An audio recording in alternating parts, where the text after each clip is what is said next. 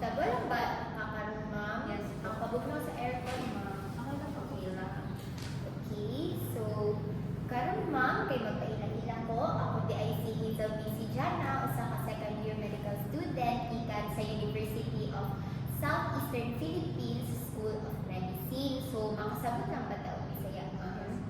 Okay. So karon ma'am kay mangayo ko sa imong personal information unya kauban ko ana ma'am kay magkanda ko o physical examination sa imuha based sa imuha ipangingon sa ako ang karon. So okay lang ba na sa imuha ma'am? Okay lang. Pero gusto lang ako i-ensure sa imuha ma'am na tanan nimong ipangingon karon kay magpabilin ng judges ang record and gamiton lang siya sa imuhang doktor para makahatag o treatment plan para sa imuha o para po maka-come up siya og diagnosis. So, okay lang ba na sa imuha ma'am? Okay, so magsugod na ma'am. Sa itong pangalan ma'am? Maria Sofia Gino lang daw. Okay. Atong edad ma'am? 21 po. 21. Babae man ma'am no? Okay. Atong civil status ma'am? Single? Yes. Single. Na may trabaho ma'am? Student pa ako. Student. Ang atong religion ma'am? Roman Catholic. Roman Catholic. Asa man ta nagpuyo karon ma'am? Ako kang tawag po. Ako kun. Na ba kay insurance ma'am like PhilHealth or any HMO? PhilHealth. Okay. So karon ma'am kay mangutan ako man unsay kanang imong gibati ron nga naka-decide gid ka nga magpa-check up karon? Ang ano daw, lisod maginhawa o ano daw, lisod maginhawa. Mag-isod ka ginhawa. Okay, so based sa imong complaint, ma'am, kay mag-perform ko sa imong physical examination sa imong dughan ug sa imong likod para ma-assess na ko ang imong condition sa imong breathing ug sa imong lungs or sa imong baga. Pero before ko mag-conduct ana ma'am kay mangutan sa akong details about sa imong na-feel nga kalisod sa paginawa. So, kanusa man nimo nabantayan mga nagsugod nga nagisod ka ginhawa? 3 days ago na daw. 3 days ago. So, 3 days ago ma'am, kay nabantayan nimo nga lisod ba diretso imong paginawa or kana nagkahinay-hinay siya nga dili kaayo lisod sa first day tapos murag kadugayan kay naglisod na gid ka ginhawa. Karon kandugayan dito. Murag naghinay-hinay siya kalisod gid imong paginawa. Unya kung i-describe pud nimo ang imong kalisod sa ginhawa ma'am kanang buot ba imong dughan? Opo. Buot imong dughan kanang murag gidatugan. Yes. Murag gidatugan ginakumot dili man Mali na ako yung first two. kanang buot siya o murag gidatugan. Kanang di ba magisod man ka ginhawa ma'am kanang pag ginhawa ka kanya ba kay ma-feel na sakit sa other parts sa imong body? Wala man daw. Wala ra. So kung imong i-rate ang kalisod sa imong paghinawa ma'am kay 0 kay dili ka magisod og ginhawa, 5 kay kanang maglisod ka pero maka-perform gihapon ka sa imong mga daily activities, unya 10 kay maglisod na jud ka ginhawa, unya murag bisag gamay lang nimo naliw kay hangakon na gid ka, pila man imong i-rate ma'am?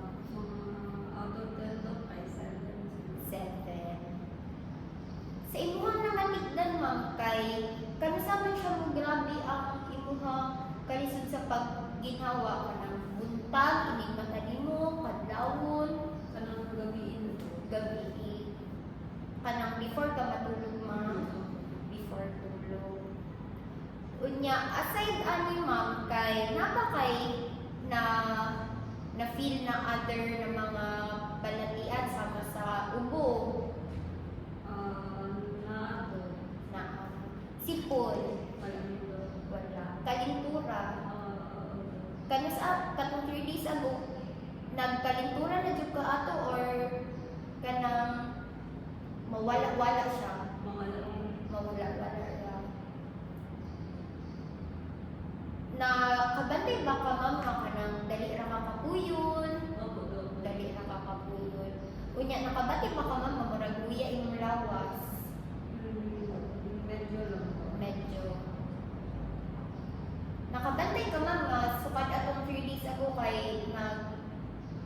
bawas kasi yung timbang, Lalo. wala na. Napakay mabantayan ma'am na pagkaranakay buhaton kay murag mabantayan mo mahala nag-arang-arang lagi ako ang paginawa. Ano to, kung mag-ano daw, kung mag-rest lang po o kanang inhaler lang. Kanang kagamit kasi ng inhaler. Tas napakay mabantayan pud ma'am na kanang pagbuhaton nimo ni kay murag magsamot imong kalisod sa imong ginhawa. Kanang pagpamilyung pagdok na forward. Pagpapaformula. Napakay tambal nga gigamit ani ma'am katong imong inhaler ma'am. Maalala nimo sa ang brand sa imong inhaler Sa yung dapat sa Vitamol. Sa isang adlaw ma'am, mga kapila mo ka magamit sa imong inhaler? mga 5 to 6 siguro. 5 to 6. Ang imong magamit sa imong inhaler ma'am kay kanang strict ba sa time kana na jud kay schedule di na follow or kanang pag ma-feel lang nimo nga magbisod ka ginawa nila ka mo gamit Mag-isod lang na ginawa. pag magbisod lang. So mga tanong ko sa imong history ma'am nga katong pagkabata nimo kay agi ba ka nga na-diagnose ka og any medical condition? Although, naano ko dati o asthma. Ay asthma. Mga pila man imong edad ato mga Wala ko sa tendo. ang mga 10 years old. Na-admit ba ka ato na time ma'am na-admit yun ka ato? Maalala mo asa na hospital ka na-admit ato? Hindi mo kaalam. Ay bata pa maganood ka Pero hindi ma'am. alam sa tao. Ay sa Tagum lang hospital. So karon ma'am kay i-explain na nako ang procedure sa ato ang physical examination. So ang ato ang physical examination sa imong mga dughan sa imong likod kay naa siya 4 steps. Ang step 1 kay inspection, ang step 2 kay palpation, step 3 kay percussion, unya ang step 4 kay auscultation. So sa first part ana ma'am sa inspection kay tan-aw na nako ang mga deformities, ganang tan-aw lang gid nako ang imong mga features sa imong lawas. Unya sa palpation kay ang buhaton nako ani ma'am kay ako ang bunitan, usahay kay ako ang iduot sa imong dughan sa imong likod, usahay kay kanang i-touch nako ako ang kamot, tapos sa step 3 ma'am kay magtuktok ko sa imong dughan ug sa imong likod. Unya ang sa step 4 kay magamit ko aning stethoscope para madunggan ako ang tingog sa imong dughan ug sa imong likod. Nya medyo bugnaw ni siya ma'am. Tapos aside ana ma'am kay i-instruct ka na hubuon nimo imong top na sanina. So okay lang ba na sa imong ma'am? Okay. So, sa procedures na itong buhaton ma'am, kay kung maka-feel ka og any sakit or any discomfort, kay inon lang nimo dayon para matabangan ka na mo sa imong buhaton. Okay lang ba na ma'am? Okay. So, karon ma'am, kay instructi ka na mag-ilis ka aning amo ang hospital gown, di ko alam ka sa changing room, tapos after ana ka mag-proceed lang punta dayon dito sa examination room. Okay. So, ganun ma'am. Thank you kaayo ma'am. So, salamat sa examination room. Thank you po. So, salamat sa pag-ilis sa atong hospital gown ma'am para maka-inspect na ko og tarong ang imuhang dughan ug imuhang likod. So, palihog lang likod og tarong unya iparelax lang ang imuhang abaga. So, sa dili pa ko magsugod sa physical examination ma'am, kay ako na nako buhaton, kay i-inspect na ko ang mga landmarks or ang mga timailhan sa imuhang dughan o sa imuhang likod para kanang smooth lang ang flow sa ato ang examination niya. So, sa ato ang atubangan na parte sa atong dughan ma'am, kay naa kay mafilderaan na bukog. So, ang tawag ma'am kay sternum. So, i-inspect na ko ang imong sternum. Okay lang ba gunitan na ko ma'am? Okay, so, dili na part. Mo ni siya ang head or ang ibabaw sa imong sternum. So, dili ang iyang body or ang lawas sa imong sternum. Unya, dili sa iyang kaning tumoy niya ma'am, kay mo na ang xiphoid process. So, okay lang man siya ma'am. Unya, kanina part kani imuhang clavicle kay ang tungaan na ni ma'am kay mao ang tawag ana mid-clavicular line. So expect ra pud nako. So okay ra pud siya ma'am. Unya ni ang imuhang anterior axillary line ma'am kaning sa imong kilikili dapit mo ni ang anterior axillary line.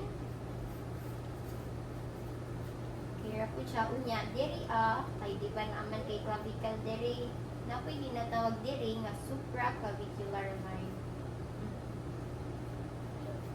So, pwede ka matalikod, ma'am. Okay, so relax lang po, ma'am.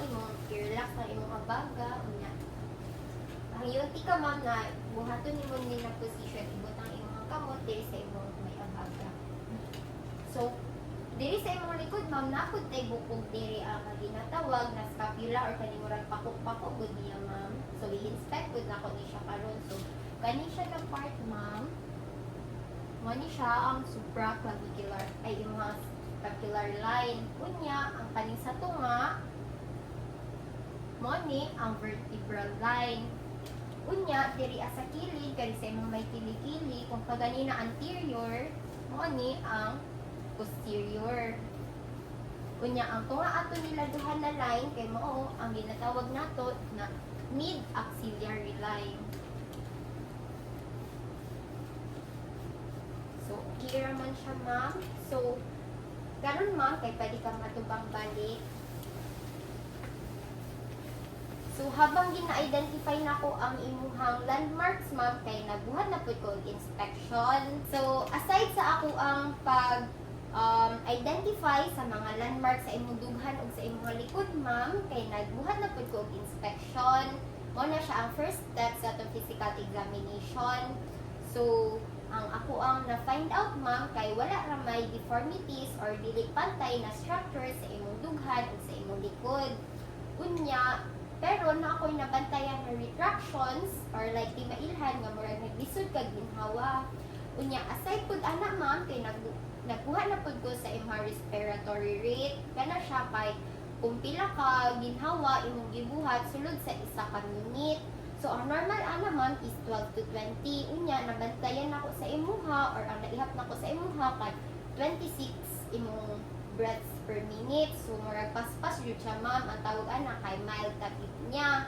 Aside ana, kay murag nagalisod po dyan ka ginhawa, ma'am. Kay murag, diba kung ginhawa ka, kay imuhang paggawa sa imong ginhawa, kay murag dugay siya or ang tawag ana kay prolonged expiration.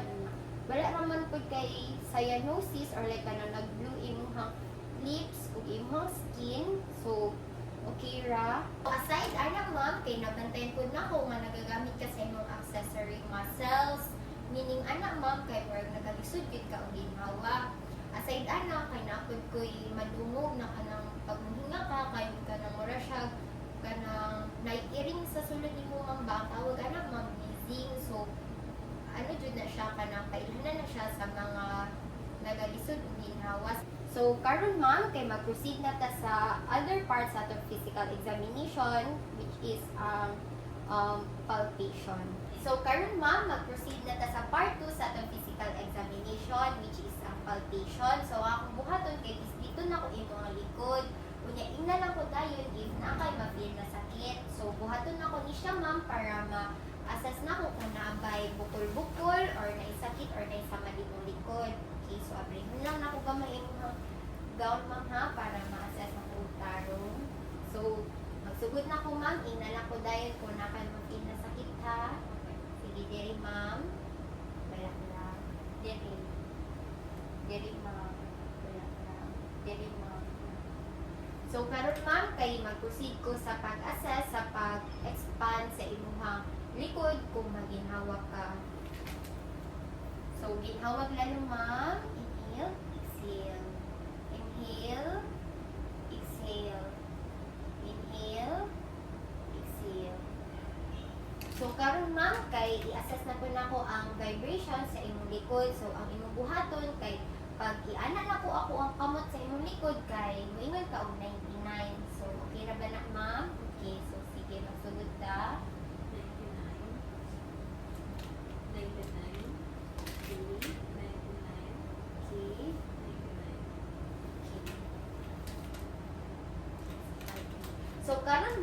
kay mag-proceed ka sa part 3 sa atong physical examination, which is ang percussion.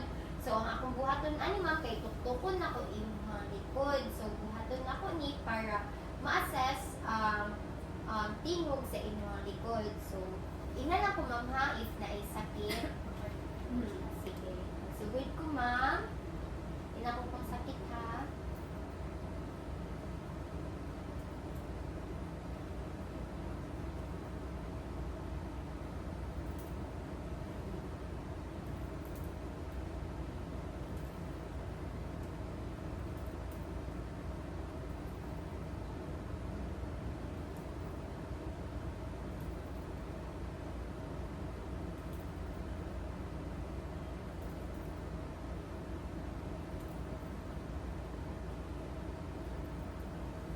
So, karon ma'am, mo-proceed niya sa part 4 or ang last part sa atong physical examination sa imong likod. So, before ko magsugod ma'am, kay instruct lang ka na ubo ka og 2 times. So, sige ma'am. Okay. So, gamiton na ko ni akong stethoscope para maminaw sa tingog sa imong pagginhawa. So, medyo bugnaw lang ni siya ma'am ha. Tingnan na ko ma'am kung uncomfortable ka, okay? Okay, so ang imong buhaton ani ma'am kay mong ginhawa ka og lalom unya ipagawas nimo imong ginhawa pinaagi sa imong baba unya hinay lang imong pagginhawa pero lalom. Okay ra ba na ma'am? Okay, sige. Medyo bugnaw lang ni siya ma'am. So paminaw na ko ang lain-lain na parte sa imong likod. So sige, ginhawa ma'am.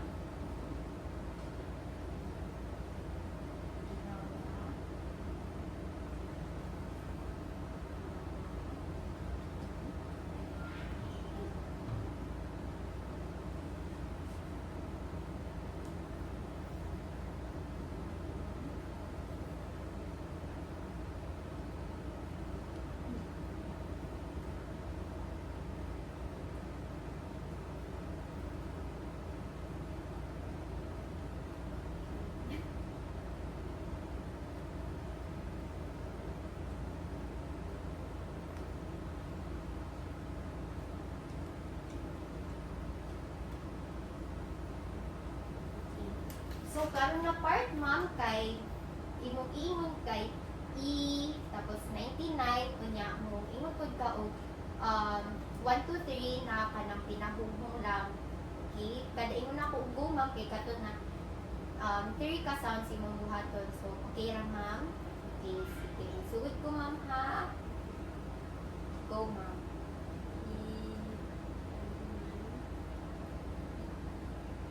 Okay, dali, ma'am.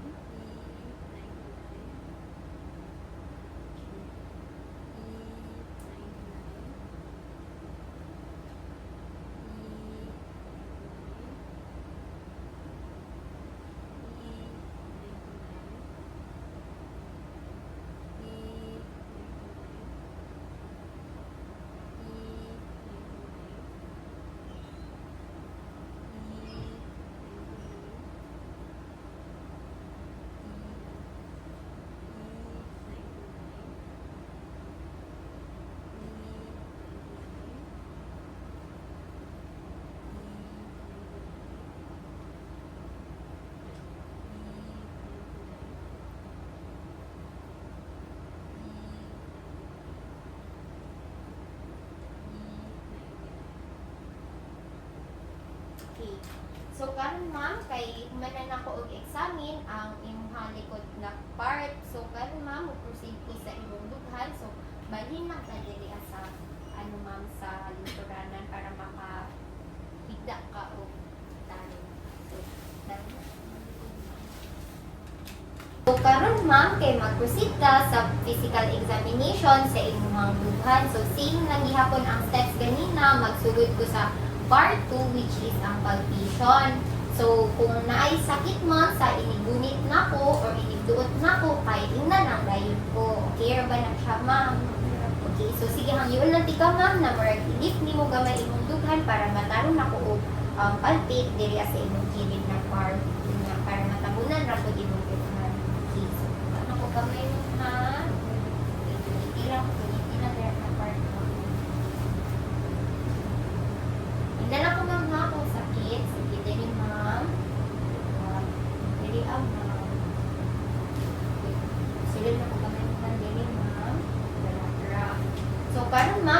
sa akong gibuhat ganina, i-inspect ko na ko ang pag-expand sa imong dughan kada mo hinga ka. So, nalita na ako din na part na sige.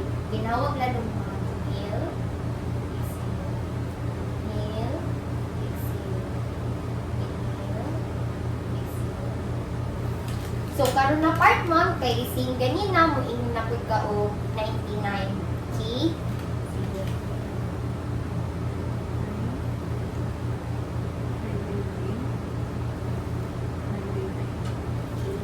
So, karon ma'am, kay mo ato na ta sa part 3 sa atong physical examination, which is katutugtugon na ko, ma'am. So, inara gihapon ko if naisakit. Okay? Sige. Sugod na, ma'am.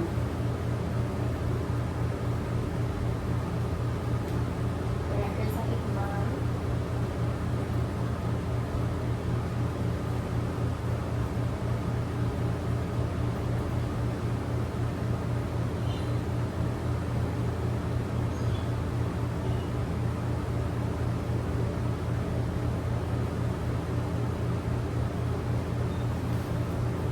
Sige na, kagawin mo, ma'am.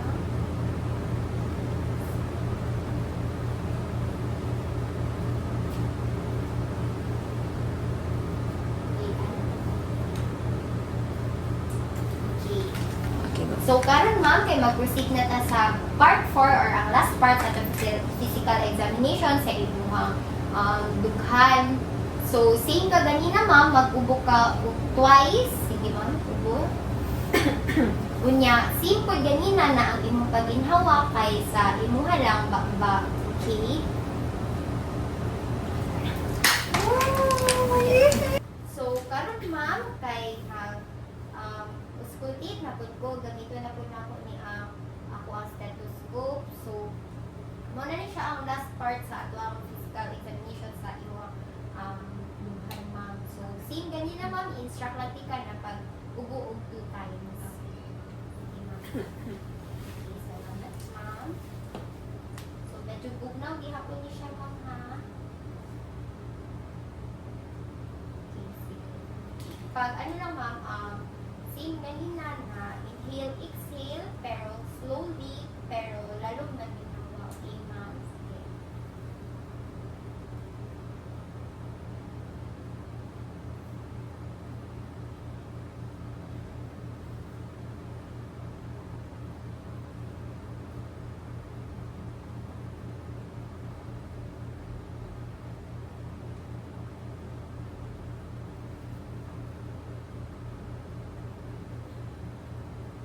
Sunod lang ako kamay ma'am ha.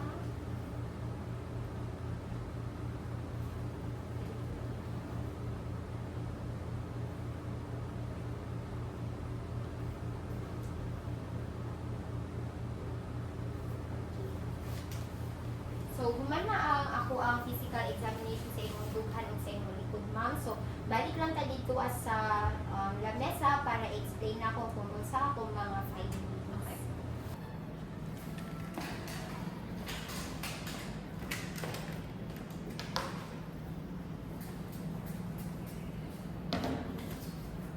So, human na ta sa ako ang physical examination, ma'am, no? Salamat kayo sa inyong cooperation na hapsay na ako ang physical examination. So, karon kay ako ang explain sa inyo ang atong mga findings. So, ipang-ingon lang ako sa inyo ang atong mga findings. Pero, dili na ako pro na maghatag og tambal o diagnosis. Tanan ni ako ang na-find out karon kay hatag pa na ako isa ang mga consultant. Siya lang ang maghatag sa inyo sa tambal o sa diagnosis nimo.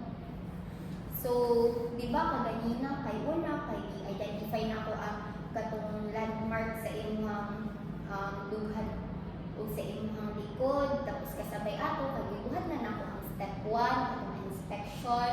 So based sa akong findings kay ang imong respiratory rate kay naa sa 24 to 26 breaths per minute.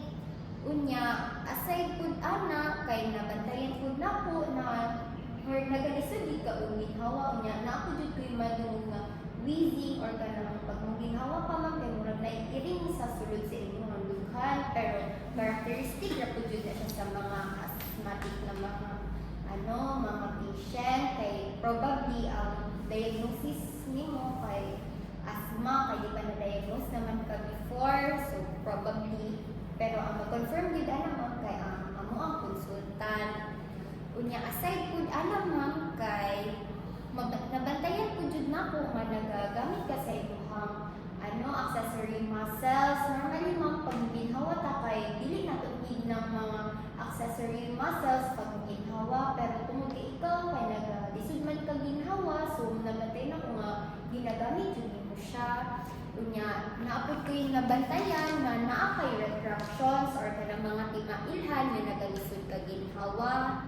Pero ang good thing kay wala namang good way nabantayan ng mga deformities or kanang dili pantay sa imong dughan sa imong likod, wala ra pud kay mga bukol-bukol, wala yung mga kanang samad-samad, so okay ra to. Tapos sa step 2 na to ma'am, katong palpation, katong duot-duot na ko ang imong likod, katong ipainom-inom tika o katong 99, kay ako ang nabantayan ato kay una katong sa imong chest expansion, katong ginhawa gud tika grado ma'am, kay nabantayan nako ma dili kaayo naga-expand imong chest basta ginhawa ka, pero pantay lang siya, like pantay iyang pag-expand pero dili kayo siya mag-expand. Gets siya ba ma'am? Okay. Tapos katong di pa imong pagtika 99 ma'am kay although na ako ma-feel na vibrations dili sa akong kamot pero dili kaayo, pero consistent ra po na siya sa imong asthma na diagnosis sa una. Unya, ang good thing ra pud kay wala ra pud na palpate na mga bukol or kanang lain ng mga abnormalities. Unya katong sa step 3 ma'am, katong sa percussion, katong nituktok gud na ko yung mga dughan ng imong likod ma'am, kay na ako'y na dunggan na hyperresonance. Ang ini sa hyperresonance ma'am kay kung ako ang tuktukon kay murag kusog siya, unya murag naay booming sound mo na ang kasabot sa hyperresonance, pero kana po siya ng characteristic ma'am kay consistent ra pud na siya sa imong diagnosis sa una na asthma, kay pag asthmatic na ka kay na may matrap na air sa imong lungs. Tapos katong sa auscultation ma'am, katong gigamit na nako ning stethoscope kay wala kayo ko'y nadunggan na bronchial na sound, pero consistent ra pud na siya gihapon sa imong findings sa una or sa imong diagnosis sa una na asthma. Unya na pud ko'y madungog nga katong wheezing, katong ako ang na i-mention ganina na murag naiiring sa imong sulod sa imong dughan pag maginhawa ka. Unya aside pud ma'am kay pag mag-inhale o exhale ka kay wala naman pud ko'y madungog na crackles, pero na ako'y madunggan na ka ng bronchi. Meaning anong bronchi makay ka ng kabalo ka ng sound pag pag maghagong naiingan na ma'am, pero consistent ra pud gihapon na siya sa imong diagnosis sa una na asthma. So mao po so far ako ang findings ma'am, pero gusto lang ako i-emphasize again sa inyo na ang tanan ako findings karon kay magpabilin na dyan siya sa among record and dito lang siya sa imong doctor para magbuhat o diagnosis, unya magbuhat tayo siya og treatment plan para makahatag siya og reseta sa inyo unya naba kay dungag ng mga pangutana ma'am? Wala man so far, pero in case na naakay mahuna-hunaan ng mga dungag pangutana ma'am or nakamahinduman kay pwede ra din na imong i-ask sa iya Okay, so basig na ako siya idungag ng mga laboratory request sa imo ma'am, so mapalag ka. So since human naman ang ako ang examination sa imo ma'am,